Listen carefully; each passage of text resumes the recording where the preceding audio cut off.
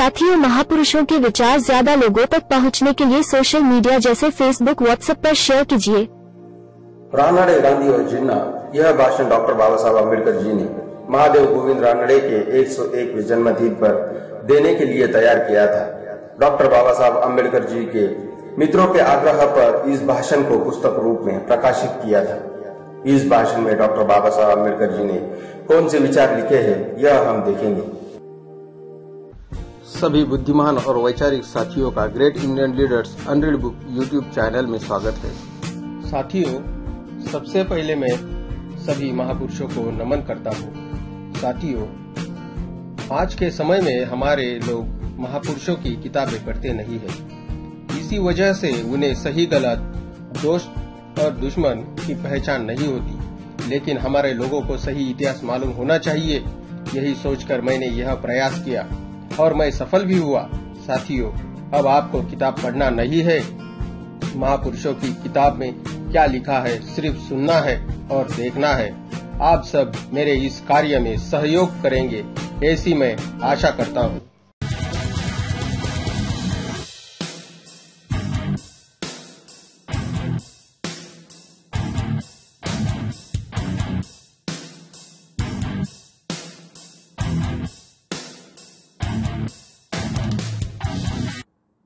रानड़े, गांधी और जिन्ना नंबर 1। मैं आपको यह बता दूं कि इस निमंत्रण से मैं बहुत प्रसन्न नहीं हूँ। मुझे यह आकांक्षा है कि हो सकता है कि मैं इस अवसर के साथ न्याय न कर सकूं। 1 वर्ष पहले जब बम्बई में रानड़े की जन्म शताब्दी मनाई गई थी, तो माननीय श्रीनिवास शास्त्री को बोलने के लिए निमंत्रित किया गया था।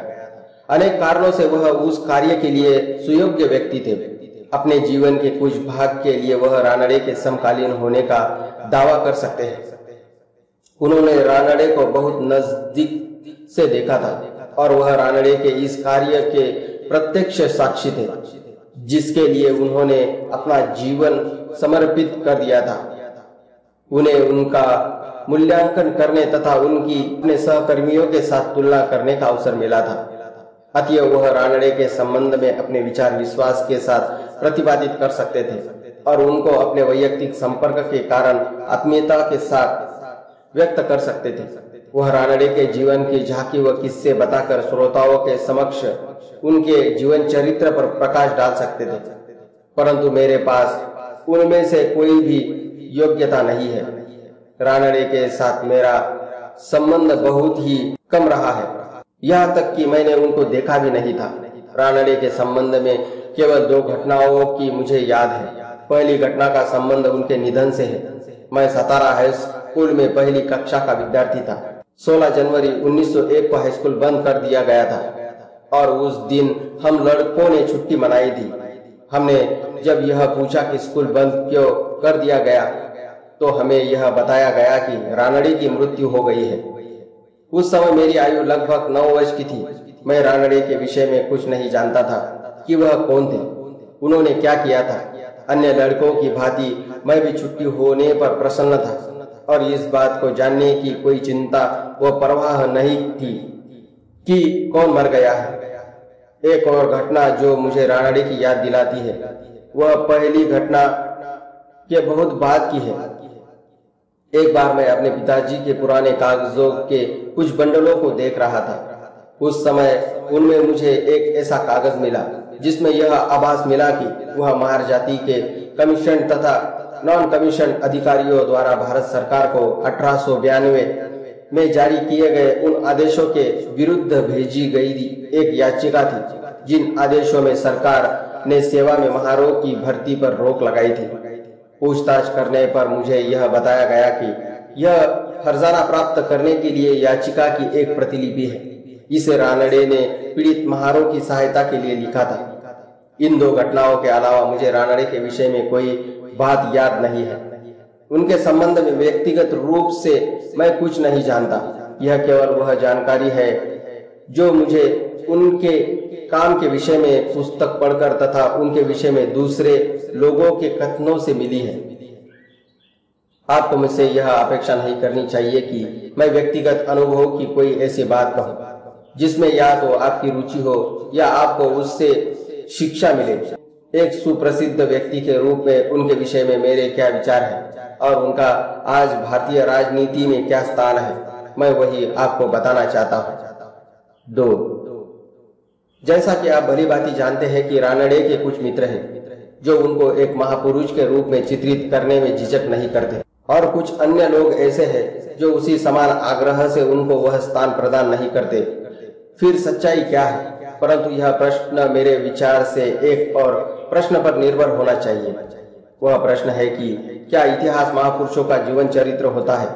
यह प्रश्न प्रासंगिक भी है और महत्वपूर्ण भी, क्योंकि यदि महापुरुष इतिहास के निर्माता नहीं तो कोई कारण नहीं कि हम सिनेमा के सितारों से अधिक ध्यान उनकी ओर दें। इस संबंध में अलग अलग विचार है। कुछ लोग ऐसे हैं जो इस बात पर जोर देते हैं कि एक व्यक्ति कितना भी महान हो, समय ही उसका सृजनहार है, समय ही उसको बनाता है, समय ही सब कुछ करता है, वह कुछ नहीं करता। जिन लोगों का यह विचार व मत है, मेरे विचार से वे इतिहास की गलत व्याख्या करते हैं। ऐतिहासिक परिवर्तनों के कारणों के संबंध में 3 अलग अलग मत रहे हैं। हमारे पास इतिहास के ऑगस्टिनियन सिद्धांत है। उसके अनुसार इतिहास केवल एक दैवी योजना की अभिव्यंजना है। उसके अंतर्गत मानव जाति को युद्ध तथा पीड़ा झेलते हुए उस समय तक निरंतर बने रहना है जब तक वह दैवी योजना कयामत के दिन पूरी न हो सके। बकील का मत है कि इतिहास की रचना भूगोल तथा भौतिकी ने की है। कार्ल मार्क्स ने तीसरा मत प्रतिपादित किया है। उसके अनुसार इतिहास आर्थिक शक्तियों का प्रतिफल है। इन तीनों में से कोई भी यह स्वीकार नहीं करता कि इतिहास महापुरुषों की जीवनी होता है। वास्तव में वे इतिहास के निर्माण में व्यक्ति को कोई स्थान नहीं देते। केवल धर्म विज्ञानियों को छोड़कर और कोई भी इतिहास के ऑगस्टिनियन सिद्धांत को स्वीकार नहीं करता। जहाँ तक बकील तथा मार्क्स का संबंध है, यद्यपि उनके कथन में सत्यता है, परंतु उनके मत पूर्ण सत्य को निरूपित नहीं करते। उनका यह मत बिल्कुल गलत है कि इतिहास के निर्माण में व्यक्ति से इतर शक्तियां ही सब कुछ होती है और व्यक्ति का उसे बनाने में कोई हाथ नहीं होता है। व्यक्ति से इतर शक्तियां एक निर्धारी कारक होती है, इससे इनकार नहीं किया जा सकता, परंतु यह बात भी स्वीकार की जानी चाहिए कि व्यक्ति से इतर शक्तियों का प्रभाव व्यक्ति पर निर्भर करता है। चकमक हर स्थान पर विद्यमान नहीं हो सकता, परंतु जहाँ विद्यमान होता है वहाँ अग्नि उत्पन्न करने के लिए चकमक को रगड़ने के लिए मनुष्य की आवश्यकता होती है। बीज सर्वत्र नहीं पाए जाते, परंतु वे जहाँ पाए जाते हैं वहाँ भी मनुष्य की आवश्यकता पड़ती है। उन्हें बोने के लिए जमीन को मकाना पड़ता है, जमीन को भुरभुरा करना पड़ता है, उसे अनुकूल बनाने के लिए खाद पानी देना पड़ता है और इस तरह नींव पड़ती है कृषि की। अनेक ऐसे क्षेत्र है जहाँ धातुएं नहीं पाई जाती, परंतु जहाँ पर पाई जाती है वहाँ भी उनसे वे मशीनें तथा उपकरण बनाने के लिए मनुष्य की आवश्यकता पड़ती है, जो कि सभ्यता तथा संस्कृति के आधार स्तंभ है। सामाजिक शक्तियों को ही देखें, विभिन्न प्रकार की अनेक दुखद स्थितियां उत्पन्न होती है। ऐसी ही एक प्रकार की स्थिति वह है जिसका वर्णन थायर ने थियोडोर रूजवेल्ट के जीवन चरित्र में किया है। वह कहते हैं, प्रत्येक वर्ग, दल या संस्था में एक ऐसा समय आता है जब उसका विकास रुक जाता है, उसकी धमनियां कठोर हो जाती है, उसके युवा वर्ग का कोई स्वप्न ही नहीं होता, उसके वृद्धजन कोई स्वप्न ही नहीं देखते। वे अपने अतीत में ही खोए रहते हैं और हताश होकर अतीत को ही शाश्वत बनाए रखने का प्रयत्न करते हैं। राजनीति में भी जब घोर जड़ता है, यह प्रक्रिया आ जाती है, तब हम उसे दूर करने का प्रयास नहीं करते। परिवर्तित तथा नवीन परिस्थितियों के साथ स्वयं को समायोजित करने में असमर्थ पाकर हम वापस अतीत में चले जाते हैं। उसी प्रकार जिस प्रकार एक बूढ़ा आदमी अपनी पुरानी आराम कुर्सी में धंस जाता है, दूसरी प्रकार की स्थिति अपकर्ष की स्थिति नहीं बल्कि विनाश की स्थिति है। इसकी संभावना जब भी कोई संकट होता है उस समय तो रहती ही है। पुराने तरीके, पुरानी आदतें तथा पुराने विचार समाज का उत्थान व उत्कर्ष करने तथा उसका मार्गदर्शन करने में असफल रहते हैं।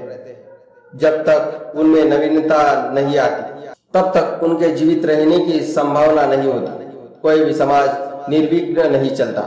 उसमें अपकर्ष तथा विनाश की संभावनाओं के भूचाल आते ही रहते हैं। प्रत्येक समाज को उनका सामना करना पड़ता है। कुछ जीवित रहते हैं, कुछ नष्ट हो जाते हैं और कुछ में गतिहीनता और अपकर्ष होने लगता है। यह क्यों होता है? क्या कारण है कि कुछ जीवित रहते हैं? कार्लाइन ने इसका उत्तर दिया है। वह अपनी विशिष्ट शैली में कहते हैं, जरूरी नहीं कि कोई युग नष्ट भ्रष्ट हो ही, यदि वह पर्याप्त महान एवं विद्वान व्यक्ति को प्राप्त कर ले, यदि समय की सही मांग को पहचानने वाले ज्ञान चक्षु हो, उसे सही मार्ग दिखाने का साहस एवं शौर्य हो, तो किसी भी युग का उद्धार हो सकता है। मुझे यह उन लोगों के लिए एक बिल्कुल निर्णायक उत्तर प्रतीत होता है जो इतिहास के बनाने में मनुष्यों को कोई स्थान प्रदान करने से इनकार करते हैं। संकट काल का मुकाबला नए तरीकों की खोज से किया जा सकता है। जब कोई नया मार्ग व तरीका नहीं मिलता तो समाज का पतन हो जाता है। समय संभावित नवीन मार्ग प्रस्तुत कर सकता है, परंतु सही मार्ग पर चलना समय का काम नहीं है, यह काम मनुष्य का है। अतएव मनुष्य इतिहास के निर्माण का एक साधन है और पर्यावरण संबंधी शक्तियों के, चाहे दैवी हो या सामाजिक, भले ही सर्वप्रथम हो, पर वे अंतिम चीज नहीं है। नंबर 3, महापुरुष किसे कहा जा सकता है? यदि पूछा जाए कि क्या सिकंदर, अत्तिला, सीजर तथा तैमूरलंग जैसे शूरवीर योद्धा है, तो प्रश्न का उत्तर देना कठिन नहीं है। वीर योद्धा युग निर्माता होते हैं और व्यापक परिवर्तन लाते हैं। वे अपनी विजय के प्रचंड नाद से अपने समकालीन व्यक्तियों को स्तंभित और चकित कर देते हैं। वे महान हो जाते हैं। वे इसकी प्रतीक्षा नहीं करते कि लोग उन्हें महान कहें। जैसे हिरणों के बीच में शेर होता है, वैसे ही वे मनुष्यों के बीच होते हैं। परंतु यह बात भी उतनी ही सच है कि मानव जाति के इतिहास पर उनका स्थायी प्रभाव बहुत ही कम होता है। उनकी विजय संकुचित हो जाती है और यहाँ तक कि नेपोलियन जैसा महान सेना नायक को भी अपनी समूची विजय सफलताओं के बाद फ्रांस को मूल से भी लघु आकार में देखना और छोड़ना पड़ा। जरूरत पड़ने पर जब उन पर कुछ दूरी से दृष्टिपात किया जाता है तो विश्व के समूचे कार्य व्यापार में वे केवल सामयिक महत्व ही दिख पड़ता है और जिस समाज में घटित होती है उस पर कोई स्थायी प्रभाव नहीं डालती।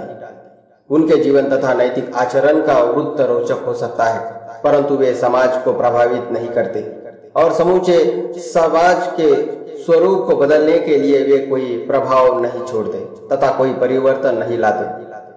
जब प्रश्न किसी ऐसे व्यक्ति के विषय में पूछा जाता है जो सेनाध्यक्ष नहीं है, तो उत्तर देना कठिन हो जाता है, क्योंकि उस समय यह प्रश्न जांच व कसौटी का प्रश्न हो जाता है और अलग लोगों की अलग अलग जांच व कसौटी होता है। नायक पूजा के प्रबल पक्षधर कार्लाइन की अपनी एक निजी कसौटी व जांच थी। उन्होंने निम्नलिखित शब्दों में उसका उल्लेख किया है, लेकिन विशेष रूप से महापुरुष के बारे में मैं अति आग्रह से यह कहने का साहस करूंगा कि इस पर तो विश्वास किया ही नहीं जा सकता कि वह सत्यनिष्ठ के अलावा वह कुछ और भी हो सकता है। कोई व्यक्ति तभी समर्थ होगा जब वह सर्वप्रथम सत्यनिष्ठ हो। उसे मैं निष्ठावान व्यक्ति कहूंगा। निष्ठा कैसी गहन, अति खरी निष्ठा सभी वीर गुणी व्यक्तियों का सर्वोपरि प्रधान लक्षण है। कार्लाइन ने निस्संदेह सच्चाई की अपनी कसौटी की परिभाषा विशेष रूप से स्पष्ट शब्दों में दी है और ऐसा करने में उसने अपने पाठकों को इस बात की भी चेतावनी दी है कि उसकी व्याख्या करने में सच्चाई के विषय में उनके विचार है। वह सच्चाई नहीं जो स्वयं को सच्चा कहती है, वो बिल्कुल नहीं, वह वास्तव में अति तुच्छ बात है। एक छिछली आत्मश्लाघी स्व आरोपित सच्चाई जो बहुधा महत्व था अभिमान एवं अहंकार पूर्ण होती है। महापुरुष की सच्चाई इस प्रकार की होती है कि उसके विषय में वह कुछ बोल ही नहीं सकता, उसका उसे बोध ही नहीं होता। उसके विपरीत मेरा विचार है कि वह पाखंड से अधिक सचेत रहता है। महापुरुष तो कभी भी अपने को ईमानदार कहकर आत्म प्रशंसा नहीं करता, वह उससे कोसों दूर रहता है।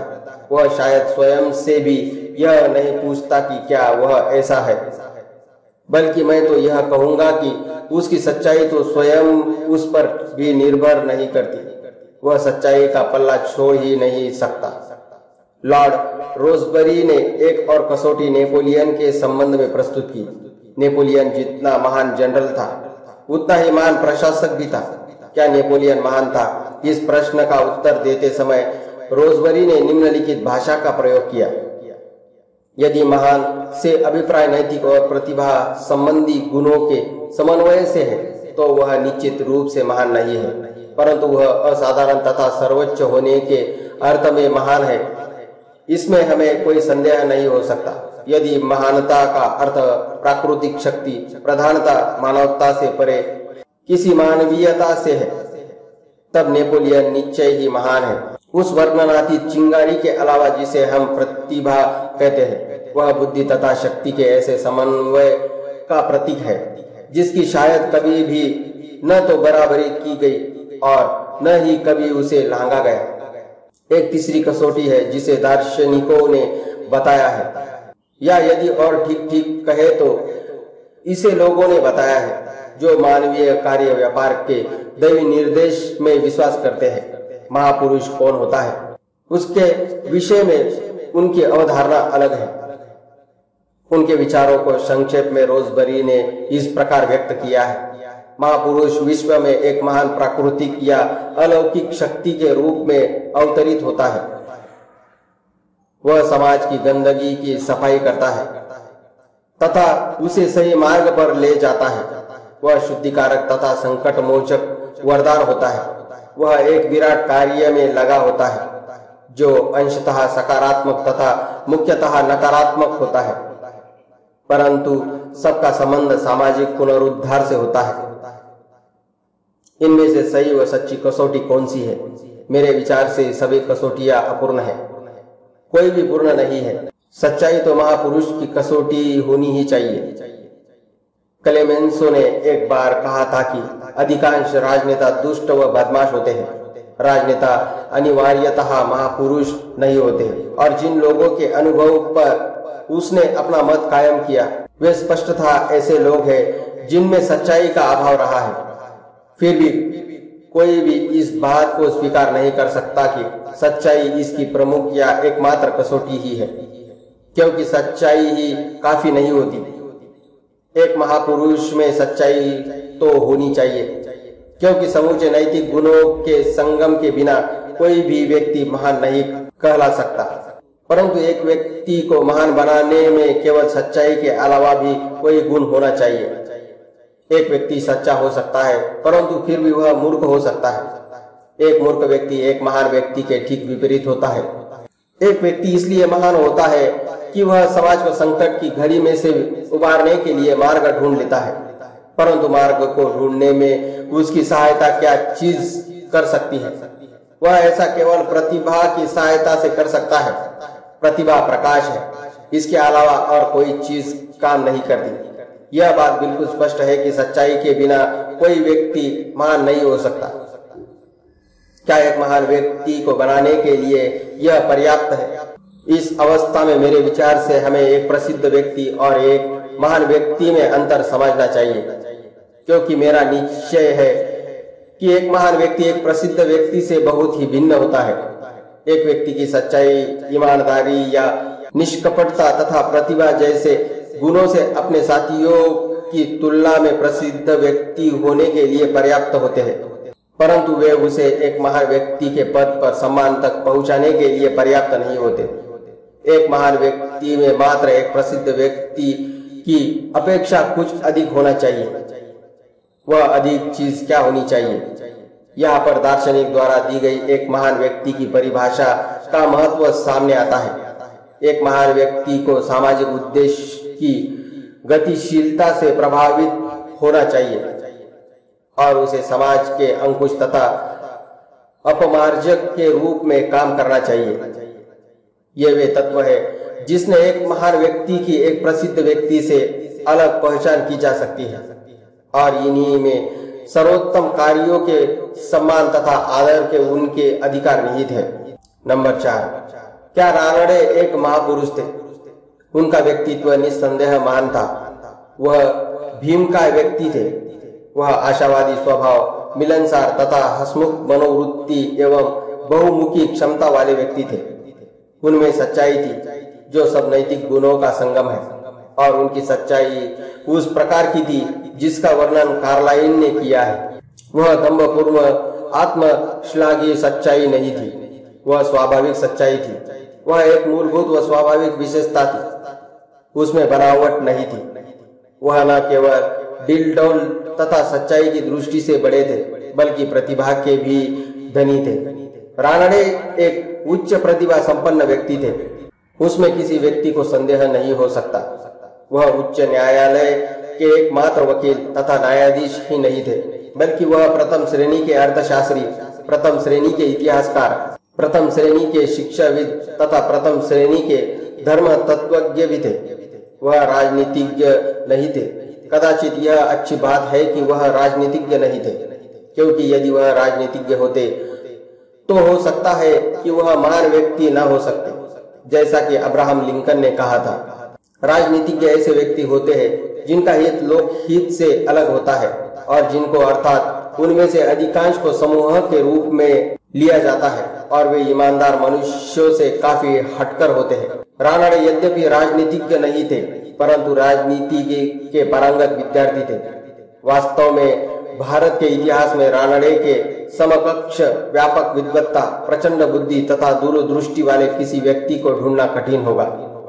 ऐसा कोई भी विषय नहीं था जिसे उन्होंने छुआ न हो और जिसमें उन्होंने गूढ़ता व महारत हासिल न की हो। उनका अध्ययन विशाल स्तर का था और वह हर प्रकार से पूर्ण विद्वान थे। वह न केवल अपने समय के मापदंड के अनुसार बल्कि किसी भी मापदंड के अनुसार महान थे। जैसा कि मैंने कहा है, महान व्यक्ति बनने का कोई भी दावा सच्चाई तथा प्रतिभा में से किसी एक पर या उनके संयुक्त रूप पर निर्भर नहीं होता। यदि रानडे में ये दो गुण ही होते और उनसे अधिक गुण न होते तो उनको महान नहीं कहा जा सकता था। महान व्यक्ति होने की उनकी उपाधि उन्होंने जो सामाजिक कार्य किए थे, जिस तरीके से वे कार्य किए, उस पर निर्भर करती है। इस संबंध में कोई संदेह नहीं हो सकता।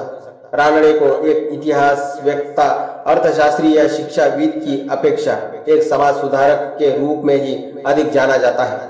उनका संपूर्ण जीवन ही समाज सुधार के लिए अवनरत अभियान में समर्पित रहा। समाज सुधारक के रूप में उनकी जो भूमिका रही है, वही उनके महान होने की उपाधि का आधार है। रानडे में साहस तथा दूरदृष्टि दोनों ही थे, जिनकी आवश्यकता सुधारक के लिए होती है। जिन परिस्थितियों में उनका जन्म हुआ था, उनमें उनके साहस और दूरदृष्टि का बराबर का महत्व था। जिस कालखंड में वह जन्मे थे, उसमें यह बात केवल अचरज की बात होती कि उनमें पैगंबर की जैसी दूरदृष्टि थी। मैंने तो वह बात यहूदी दृष्टिकोण से कही है। रानडे का जन्म 1842 में किर्की के युद्ध से लगभग 24 वर्ष बाद हुआ था। उस युद्ध में मराठा साम्राज्य का अंत हो गया था। मराठा साम्राज्य के पतन के विभिन्न लोगों के अंदर विभिन्न प्रतिक्रियाएं उत्पन्न की। नातू जैसे कुछ लोग इस बात से प्रसन्न थे कि ब्राह्मण पेशवा का अभिषिक्त शासन समाप्त हो गया है, परंतु इस बात में कोई संदेह नहीं हो सकता कि महाराष्ट्र में अधिकांश लोग इस घटना से स्तंभित रह गए थे।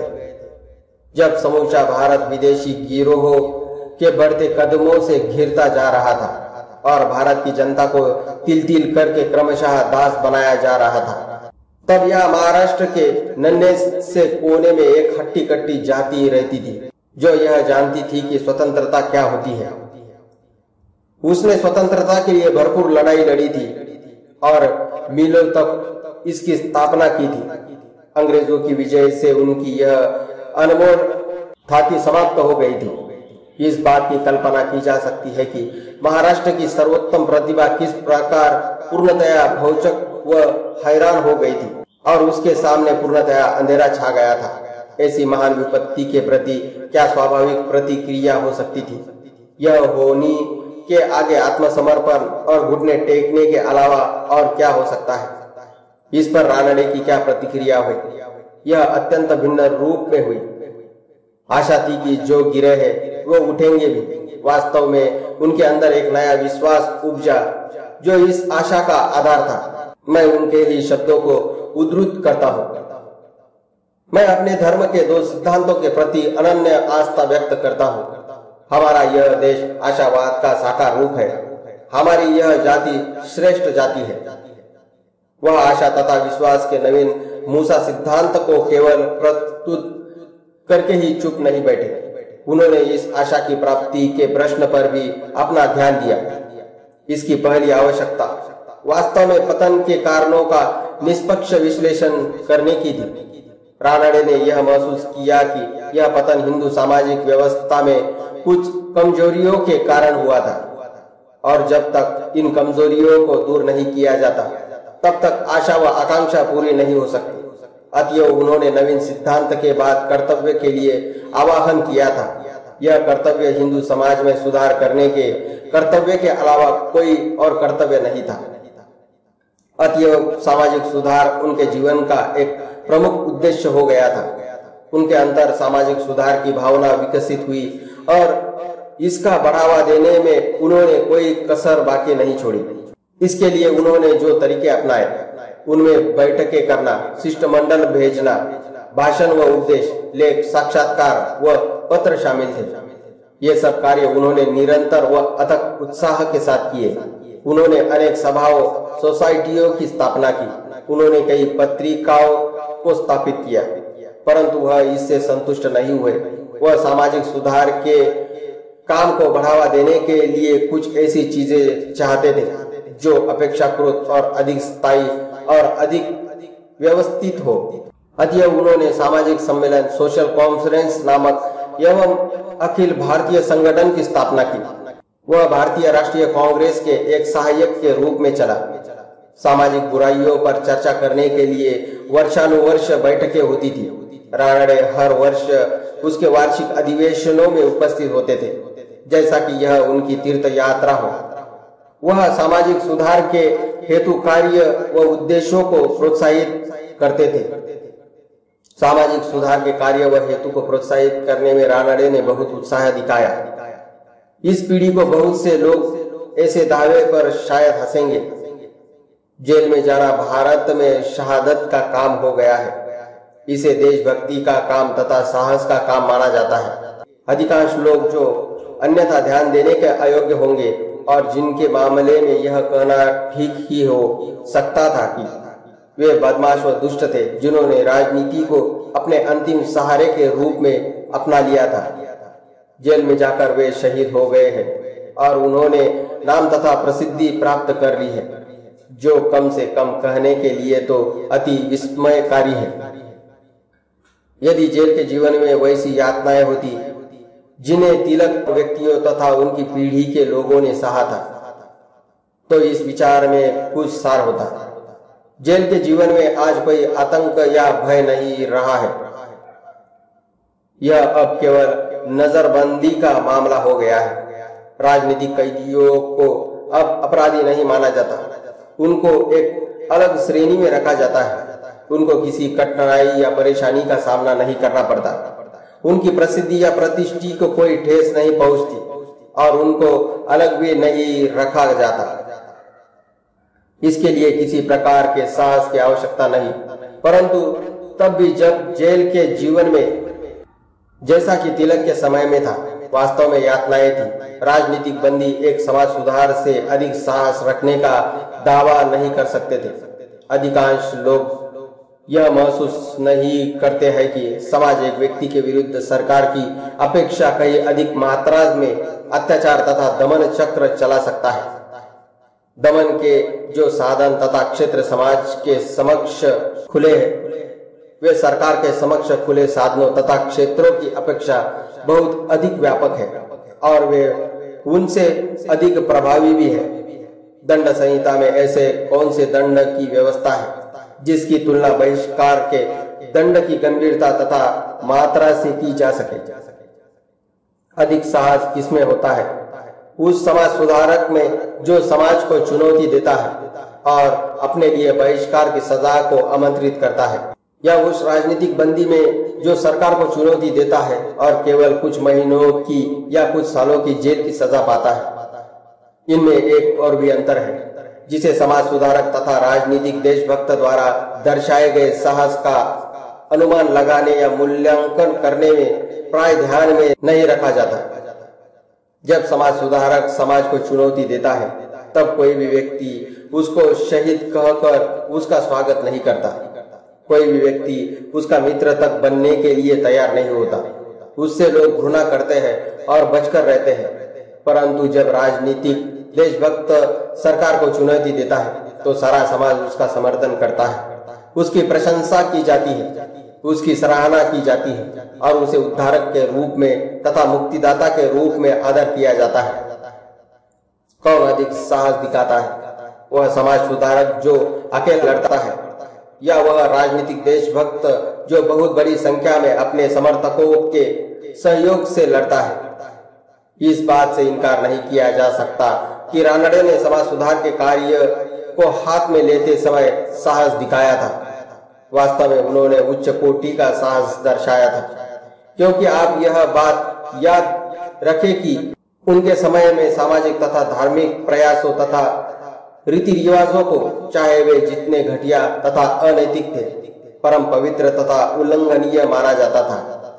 तथा जब उनके दैवी व उत्कृष्ट तथा नैतिक आधार पर कोई संदेह प्रकट करता था या उस पर कोई प्रश्न खड़ा करता था, चुनौती देता था, तो उसकी बात को केवल एक असिद्धांत शासन विरुद्ध ही नहीं माना जाता था, बल्कि उसे असहनीय ईश निंदा तथा धर्म विरोधी व देशद्रोह के रूप में माना जाता था।